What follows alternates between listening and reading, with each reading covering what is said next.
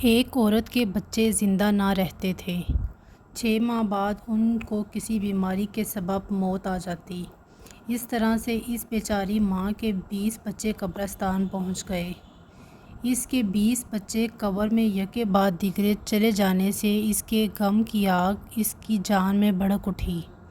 چنانچہ غم کی ماری ہوئی آدھی رات کو اٹھی اور اپنے رب کے سامنے سجدہ میں خوب روئی اور اپنا غم اور اپنے جگر کا خون آنسوؤں کی صورت میں مناجات میں پیش کیا۔ اس کے بعد سو گئی۔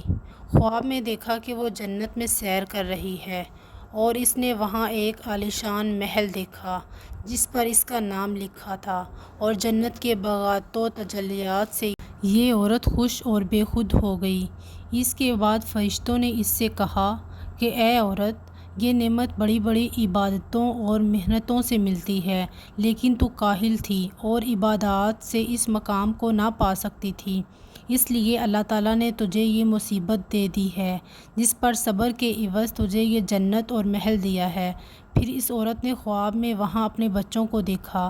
اس عورت نے کہا، اے اللہ، یہ بچے میری نگاہوں سے اوجھل ہو گئے تھے مگر تیری نگاہ سے غائب نہ ہوئے، یہاں تو سب موجود ہیں۔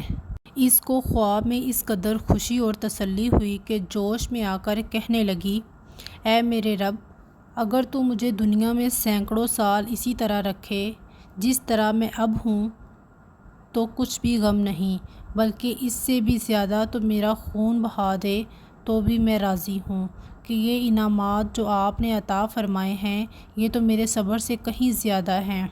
اس واقعہ سے یہ سبق ملتا ہے کہ مومن آدمی کو کبھی بھی کسی مصیبت پر اپنا دل چھوٹا نہیں کرنا چاہیے، کیونکہ مومن آدمی کو پہنچنے والا کوئی غم بھی رائے گاہ نہیں جاتا، بلکہ اللہ تعالیٰ کے ہاں اس کا بڑا ثواب ملتا ہے۔